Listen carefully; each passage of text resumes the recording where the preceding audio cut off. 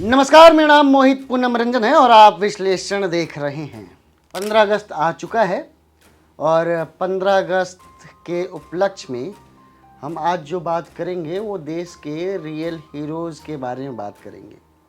अक्सर देखा जाता है कि किसी भी प्रोडक्ट पर या किसी भी एड एजेंसीज़ को जब भी किसी प्रोडक्ट पर तस्वीरें लगानी होती हैं तो वो बॉलीवुड के एक्टर्स की लगाती हैं या उनकी जो खिलाड़ी होते हैं, स्पोर्ट्समैन होते हैं। ऐसा कभी क्यों नहीं हुआ कि इन प्रोडक्ट्स पर डॉक्टर, इंजीनियर, साइंटिस्ट या आपके दरवाजे, आपके घर के बाहर जो सड़क है उस पर खड़ा एक जो ट्रैफिक कांस्टेबल है उसकी तस्वीर क्यों नहीं लगाई? देश के रियल हीरो का मतलब क्या है? ये जो फेक हीरोज़ हैं, जो प्रिटेंड करते हैं फिल्मों में कि हम हीरो हैं, जो प्रिटेंड करते हैं कि हमने लोगों की मदद की, हर टेक के बाद मेकअप रूम में जाकर मेकअप करवाते हैं और फिर एक नया चेहरा लेकर सामने आ जाते हैं, युवाओं को दिखाते हैं कि हम हीरो हैं। लेकिन असल में हीरो होता कौन है? सच का हीरो है कौन? भारत का हीरो कौन है? भारत को किसने बनाया? हम इतिहास की बात नहीं करेंगे। इतिहास में तमाम नाम हैं, सुभाष चंद्र बोस, भगत सिंह, चंद्रशेखर आज़ाद, बहुत सारे नाम हैं। लेकिन आज हम वर्तमान की बात करेंगे। देश की आज़ादी को काफ़ी समय बीत चुका है, देश की आज़ादी ने काफ़ी सावन देख लिए। आज की जो आज़ादी है ये किस भारत की आज़ादी है? आज की आज़ादी में भारत के युवाओं को किस तरह के लोगों को अपना रोल मॉडल बनाना चाहिए? आपको बनाने वाला कौन है?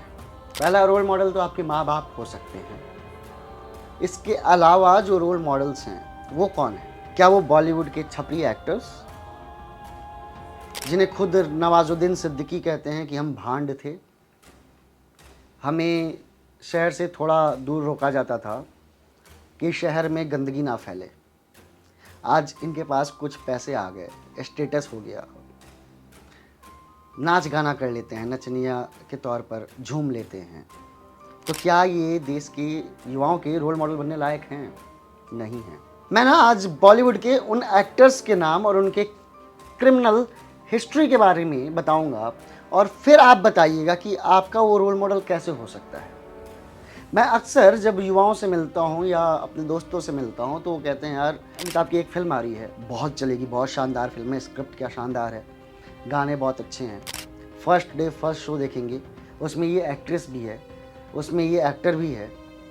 तमाम एक्टर्स, तमाम एक्ट्रेस की बातें ऐसी होती हैं जब नई नई फिल्में आती हैं इनकी, क्योंकि इनके पास पीआर एजेंसीज़ भी हैं जो इनको दिखाती हैं बार बार न्यूज़ चैनल्स पर, टीवी पर, अखबारों में। फिर एक नई कहानी बनाई जाती है इन लोगों के लिए, संघर्ष की कहानी, कि मेरे पिता तो नदी में तैर कर पढ़ाई करने जाते थे। शाहरुख खान कितना स्ट्रगल किया। शाहरुख खान बहुत गरीब था जब मुंबई पहुंचा, बॉलीवुड पहुंचा। शाहरुख खान के पिता जज थे, आप लोगों को पता ना हो तो मैं बता दूं। शाहरुख खान ने कोई ऐसी ज़िंदगी नहीं जी जिसमें संघर्ष हो। उसका पहला सीरियल फौजी था, उसके बाद तमाम रोल्स और फिल्में आने लगी उसकी। ऐसे ही बॉलीवुड के और जो एक्टर्स हैं उनकी कहानियां हैं। लेकिन आज हम उन बॉलीवुड एक्टर्स के क्रिमिनल हिस्ट्री के बारे में जिक्र करेंगे जिनसे आप अनभिज्ञ हैं, जिनको आप नहीं जानते हैं, लेकिन आप उन्हें रोल मॉडल मानते हैं, रोल मॉडल समझते हैं। शाहिनी आहूजा का नाम सुना होगा आपने। शाहिनी आहूजा बॉलीवुड का जाना माना एक्टर था जिस पर अपने घर में काम करने वाली महिला पर, मतलब जो मेड आती है उस पर, उसके साथ रेप का आरोप लगा। उसके साथ उसने यौन शोषण किया, रेप का आरोप लगा। फिर कोर्ट ने सज़ा सुनाई, लेकिन जो पीड़िता थी, महिला थी, उसके बयान बदल गए। लेकिन करियर ख़त्म हो गया शाहिनी आहूजा का। और अक्सर ये होता भी है कि जिनके पास पैसा है वो पैसों से मुंह बंद करना जानते हैं। वो पीड़ित महिला जो भी थी वो अपना बयान बदल दी, लेकिन सच तो है कि यौन शोषण का आरोप लगा, जेल भी गया, बाद में उसको रिहा कर दिया गया। सलमान खान हिरन का केस, जिसके कारण आज सलमान खान को डर के मारे सिक्योरिटी लेनी पड़ गई। लॉरेंस बिश्नोई, एक गांव का लड़का जिसने सलमान खान को डरा दिया, वो जेल में बैठा हुआ है। मर्डरर, फिर बाद में एक एनजीओ शुरू कर लेता बिंग ह्यूमन, और फिर कहता है कि मैं बिंग ह्यूमन चलाता हूँ, लोगों की मदद करता हूँ। 80 चूहे खाकर बिल्ली चली हज पर, ये सलमान खान पर बैठता है। लॉरेंस बिश्नोई ने खैर ठीक कर रखा है सलमान खान को, अपने आप को बड़े स्टार समझते हैं, किसी को भी स्टेज पर डांट देना, किसी का करियर ख़त्म करना इंसानियत नहीं है, ना के बराबर है। ऐसे इंसान को आज के युवा अपना रोल मॉडल समझते हैं। क्यों? नहीं पता।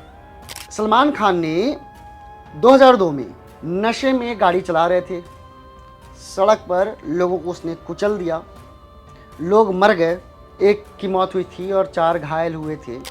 ये आंकड़ा गलत भी हो सकता है क्योंकि सलमान खान एक पैसे वाले आदमी हैं, पैसे की ताकत है उनके पास, तो आंकड़ा बदलना कोई बहुत बड़ी बात नहीं है। लेकिन जो आंकड़े सामने आए, 1 की मौत और 4 घायल, शराब के नशे में वो लोगों पर गाड़ी चला दी है।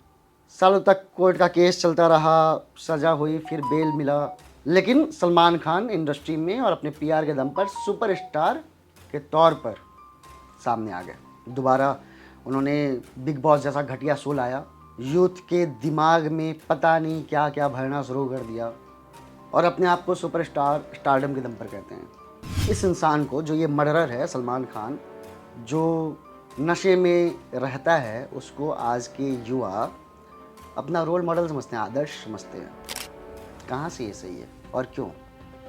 15 अगस्त है, मैं कंपेयर कर रहा हूँ कि देश में रियल हीरो कौन है और ये जो नकली भांड हैं, इनको हीरो क्यों बनाया जाता है, ये मैं आपको बता रहा हूँ। 15 अगस्त पर यह जानना ज़रूरी है कि आपको किसे अपना रोल मॉडल समझना चाहिए।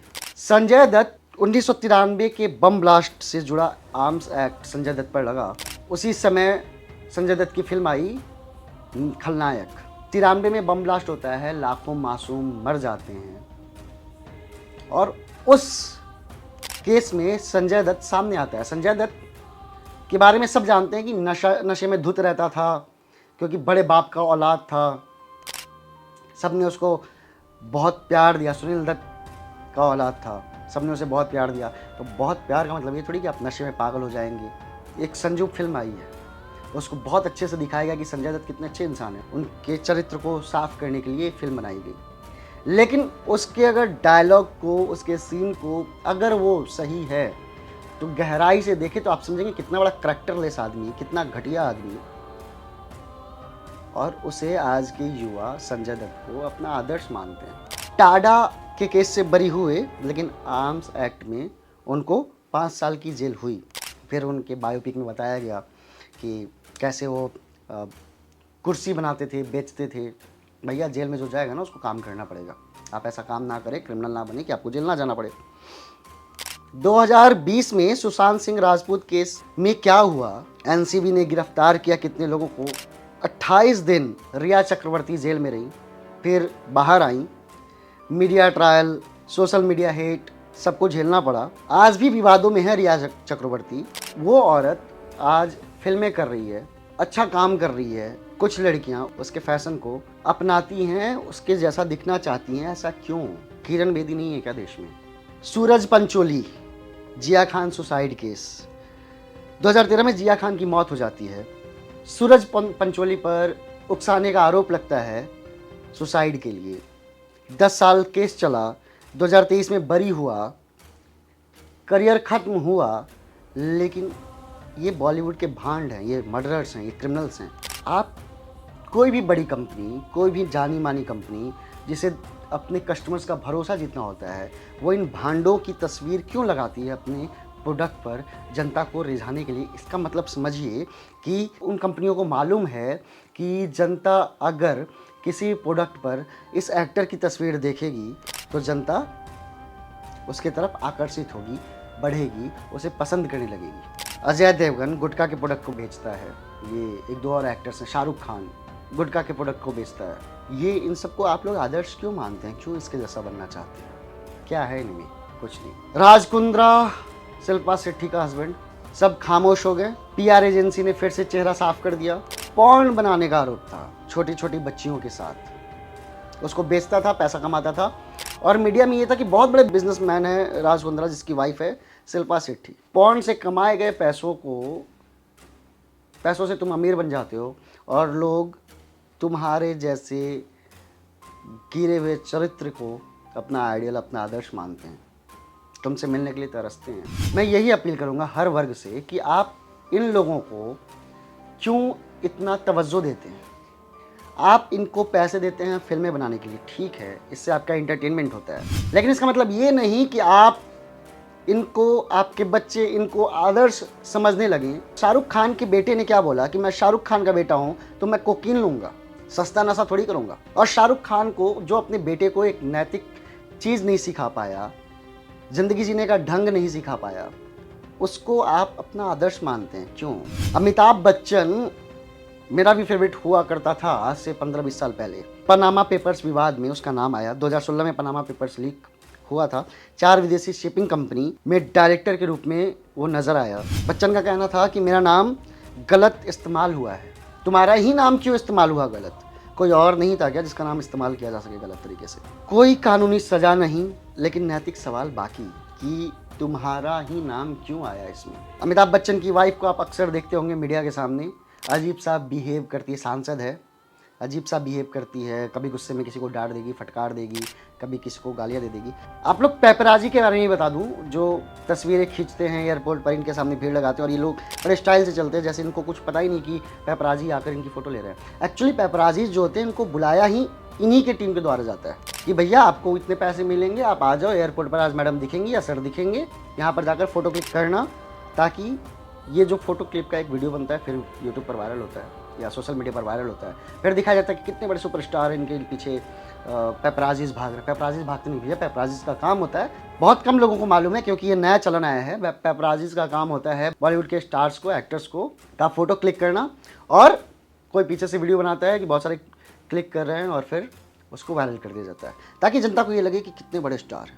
ये सब फेक होता है, सब फ्रॉड है, बहुत काला चेहरा है बॉलीवुड का, जिसे आप आदर्श समझते हैं, जिसकी तस्वीरें आप बड़े बड़े प्रोडक्ट्स में, महंगे प्रोडक्ट्स में देखते हैं और इनकी तस्वीरें देखकर आप उन प्रोडक्ट्स को खरीदते हैं। फरदीन खान का कोकीन मामला सबको मालूम होगा, जॉन अब्राहम तेज़ बाइक चलाने का केस सबको मालूम होगा, मोनिका बेदी और अबू सलेम पुराना केस है जुड़ा, फर्जी पासपोर्ट केस सबको मालूम होगा, राजपाल यादव ने लोन नहीं चुकाया, चलो राजपाल यादव एक लोन नहीं चुकाया, ये कोई बहुत बड़ा इस नहीं, हर किसी के ज़िंदगी में सफ़र एक सा नहीं होता, कभी पैसे होते हैं कभी नहीं होते। तो राजपाल यादव को हम इन सारे मामलों से अलग रखते हैं। लेकिन अंकित तिवारी रेप केस बाद में बरी हो गया। अब बात कर लेते हैं रियल हीरोज़ हैं कौन। ये जो फिल्म बनाने के लिए मोटी रकम लेते हैं हमारे ही पैसों से, क्योंकि हम इनकी फिल्में देखने जाते हैं, या वो जो सैलरी पर नौकरी कर रहे होते हैं, अपने देश के बॉर्डर पर खड़े हैं, चाहे बारिश का मौसम हो या ठंड हो, 50 डिग्री टेम्परेचर हो या -5, 7, 11 डिग्री टेम्परेचर हो, वहाँ पर खड़े होकर जिनकी वजह से हम सब चैन की नींद सोते हैं, वो रियल हीरो है। एक कांस्टेबल जो बाइक पर घूमता है आपके इलाके में, आपके कॉलोनी में, अगर वो ईमानदार है और वो अपना काम ढंग से कर रहा है तो वो रियल हीरो है। उन प्रोडक्ट्स पर जिन्हें आप खरीदते हैं बड़े चाव से, इन बेकार लोगों की तस्वीरों के साथ को देखकर आकर्षित होकर खरीदते हैं, क्या उन तस्वीरों पर इस कांस्टेबल की, एक बीट ऑफिसर की, ट्रैफिक हवलदार की तस्वीर नहीं लगनी चाहिए? वो डॉक्टर्स जो कोविड के दौरान जो रियल हीरो बने, काफ़ी रातें उन्होंने खो दी, सोए नहीं, खुद बीमार पड़ गए, कितनों ने सुसाइड कर लिया मरीजों की सेवा करने के कारण, थकान से हार गए, वो रियल हीरो नहीं थे क्या? वैज्ञानिक, इसरो जिसने भारत को चांद पर पहुंचाया, बार बार कुछ नया कर रहे हैं, क्या वो रियल हीरो नहीं है क्या? आर्मी है, नेवी है, एयरफोर्स के जवान हैं, अगर एक छोटा जवान भी आपकी रक्षा करने के लिए कहीं तत्पर है, कहीं खड़ा है, तो वो हमारा रियल हीरो है। और देश के लिए आज़ादी के दिन इनसे बड़ा कोई रियल हीरो हो ही नहीं सकता है, क्योंकि ये अपने परिवार को दूर रखकर खड़े हैं कहीं, और इनको पता होता है कि दुश्मन की कोई भी गोली इनके छाती पर लग सकती है और ये दोबारा घर वापस नहीं, इन्हें पता होता है कि इनकी मौत सामने खड़ी है, फिर भी ये हमारे रक्षा के लिए, हमारे लिए, अपने देश के लिए खड़े हैं, जिनके ज़िंदगी का कुछ अता पता ही नहीं। क्या वो रियल हीरो नहीं है क्या? आप समझिए और समझना ज़रूरी है। 15 अगस्त पर हम इतिहास की बात नहीं करेंगे, क्योंकि इतिहास पीछे छूट चुका है। अब जो नया इतिहास बनाना है कि हमारी आने वाली पीढ़ी इन जवानों को याद रखे, हमारी आने वाली पीढ़ी इन डॉक्टर्स को याद रखे, कोविड के हीरोज़ को याद रखे, आने वाली पीढ़ी वो ट्रैफिक कांस्टेबल को याद रखे। तो ज़रूरी ये है कि उन्हें आप रियल हीरो समझें, मानें। आईएएस, आईपीएस संघर्ष के साथ पढ़ाई करते हैं, एक छोटे से कमरे में बैठकर, वो हमारे रियल हीरो नहीं हो सकते हैं क्या? वही हैं हमारे रियल हीरो। क्योंकि जो रियल वर्दी है ना, जो सच में वर्दी वो पहनते हैं, वही हीरो होते हैं। ये जो सिंह हम कूद कर, दिखाकर, चांटा मार कर गुंडों को मारता है, ये सिर्फ फिल्मों में हीरो हो सकता है, रियल में हीरो नहीं हो सकता है। आप समझिए, फ़र्क साफ है।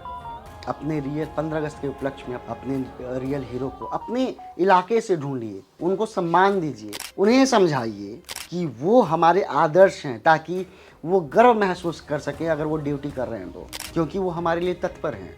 और बाध्य कीजिए उन बड़ी कंपनियों को जो ये नकली सुपरस्टार्स, भांड को हमारा हीरो मानकर उनकी तस्वीर को प्रोडक्ट पर लगाती है। कितने आईएएस, कितने आईपीएस, कितने कांस्टेबल्स, कितने छोटे ऑफिसर, सब इंस्पेक्टर, इंस्पेक्टर, कितने वैज्ञानिक की ज़िंदगी कई मामलों में गरीबी में चलती है। उनके पास पैसे नहीं होते क्योंकि वो ईमानदार होते हैं। अगर वो कंपनियां इन्हें हीरो मानकर, इन्हें वो अब ऐड लगाने के लिए, इनकी तस्वीर लगाने के लिए इनको पैसा देने लग जाए, तो क्या इनकी जो रियल हीरो हैं, इनकी ज़िंदगी सही पटरी पर नहीं चलेगी क्या? ये समझना ज़रूरी है। 15 अगस्त के उपलक्ष्य में आज बस इतना ही विश्लेषण में। फिर मिलेंगे एक नए एपिसोड में। तब तक के लिए जय हिंद, जय भारती। समझिएगा हमारा रियल हीरो कौन है, समझिएगा हमें किसे आदर्श मानना चाहिए।